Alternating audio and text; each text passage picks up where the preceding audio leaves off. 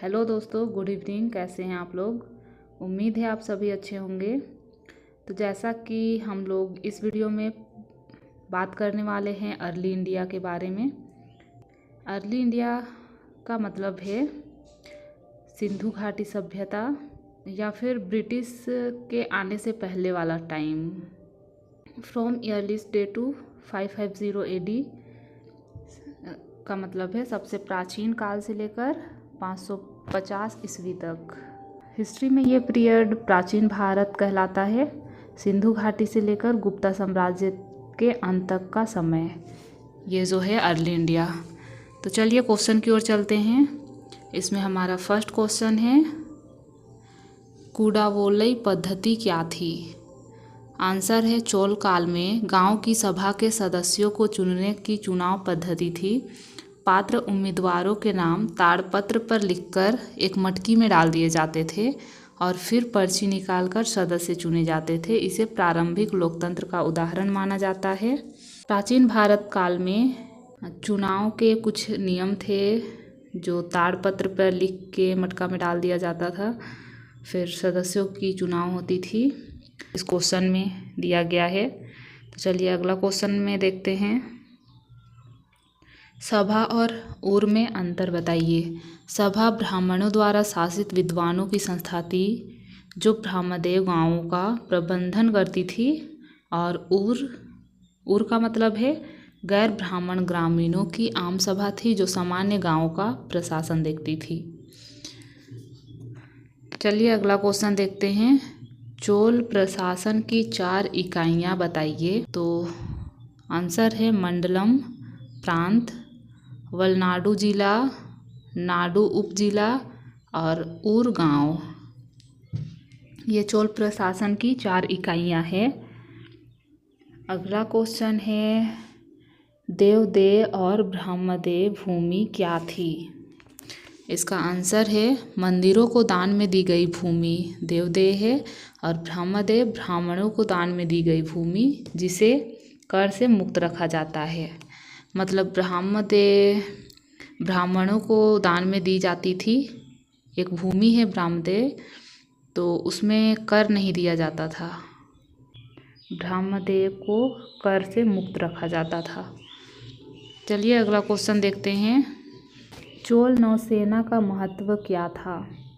राजेंद्र प्रथम के समय चोल नौसेना ने श्रीलंका, मलाया और सुमात्रा तक समुद्री अभियान चलाकर दक्षिण पूर्व एशिया में चोल प्रभाव स्थापित किया था।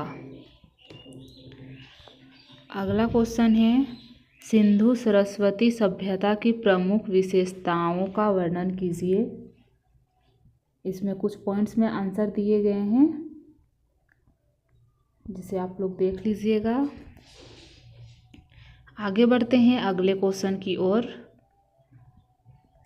ऋग्वैदिक काल की राजनीतिक व्यवस्था कैसी थी? ऋग्वैदिक काल में कबीलाई व्यवस्था थी। राजा को राजन कहते थे, उसकी सहायता सभा और समिति करती थी। सभा कुलीनों की और समिति आम जनता की संस्था थी। राजा का पद वंशानुगत नहीं था, कर नहीं बलि स्वेच्छा से दिया जाता था। मतलब राजा का पद वंशानुगत नहीं था, मतलब राजा वो थे रहेंगे, उसके बाद उनके वंश और राजा बनेंगे, ऐसा नहीं था उस टाइम। चलिए अगला क्वेश्चन देखते हैं। उत्तर वैदिक काल में हुए सामाजिक आर्थिक परिवर्तनों को समझाइए। राजनीतिक परिवर्तन, सामाजिक परिवर्तन, आर्थिक परिवर्तन, ये सभी पॉइंट्स में आंसर दिए गए हैं जिसे आप लोग देख लीजिएगा। नहीं पढ़ते हैं हम पूरा। अगला क्वेश्चन है, महाजनपद काल में मगध के उत्कर्ष के कारण बताइए। इसमें महाजनपद काल में मगध के उत्कर्ष के कारण दिए गए हैं। भौगोलिक, आर्थिक, राजनीतिक कारण थे इनके। तो यहाँ पे आप लोग देख लीजिएगा, पॉइंट्स में आंसर है, इम्पोर्टेंट क्वेश्चन है।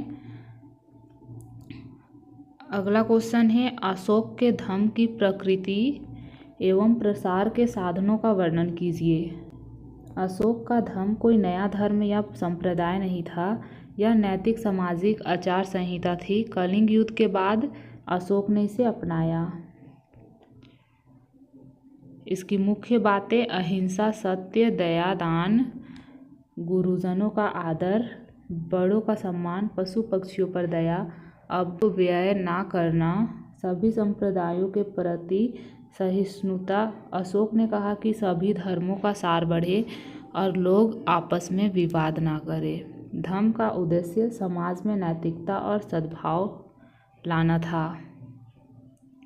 ये धम्म के प्रसार के साधन यहाँ पे पॉइंट्स में दिए गए हैं, जिसे आप लोग देख लीजिएगा।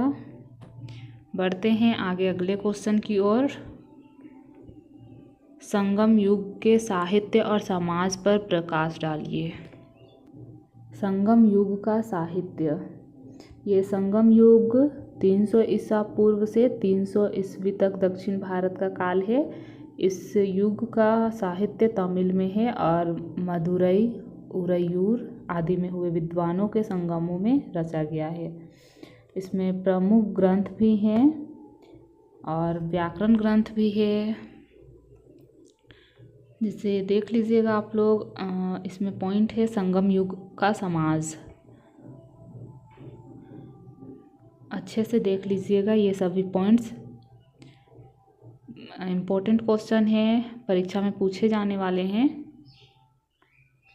अगला क्वेश्चन देखते हैं। गुप्त काल को स्वर्ण युग क्यों कहा जाता है, समझाइए। गुप्त काल 320 से 550 ईस्वी को राजनीतिक, सांस्कृतिक और आर्थिक उपलब्धियों के कारण स्वर्ण युग कहते हैं। इसमें कुछ पॉइंट्स हैं। राजनीतिक एकता, आर्थिक समृद्धि, कला, स्थापत्य, साहित्य और भी पॉइंट्स हैं। विज्ञान, इन सभी क्षेत्रों में अद्भुत प्रगति के कारण यह युग स्वर्ण युग कहलाया। अगला क्वेश्चन है चोल प्रशासन की मुख्य विशेषताओं का वर्णन कीजिए। चोल प्रशासन केंद्रीकरण और स्थानीय स्वशासन का संतुलित मिश्रण था। इसमें पॉइंट्स है केंद्रीय प्रशासन, स्थानीय प्रशासन, राजस्व व्यवस्था और उसके डिफिनेशन भी दिए गए हैं, जो कि ज़रूरी है पढ़ना, क्योंकि पॉइंट्स के बाद डिफिनेशन लिखने पर ही अच्छे मार्क्स आएंगे। तो चलिए अगला क्वेश्चन देखते हैं। चोल काल में स्थानीय स्वशासन की व्यवस्था पर प्रकाश डालिए। चोल काल में स्थानीय स्वशासन अपने चरम पर था। प्रशासन को मंडलम, वलनाडु, नाडु और ऊर में बांटा गया था। गांव स्तर पर 2 मुख्य संस्थाएं थी। इसमें 2 मुख्य संस्थाएं हैं, सभा और ऊर। इस सभा और ऊर के बारे में भी विस्तार से समझाया गया है, जिसे आप लोग पढ़ लीजिएगा एक बार। तो चलिए अगले क्वेश्चन की ओर चलते हैं। चोल राजस्व व्यवस्था और भूमि वर्गीकरण की व्याख्या कीजिए। चोलों की अर्थव्यवस्था कृषि पर आधारित थी, इसलिए भूमि राजस्व सबसे महत्वपूर्ण था। भूमि सर्वेक्षण करके उसे 4 भागों में बांटा गया था। इसमें पॉइंट्स हैं वेलान वगाई, ब्रह्मदेव, सालाभोग, देवदेव। और आगे बढ़ते हैं।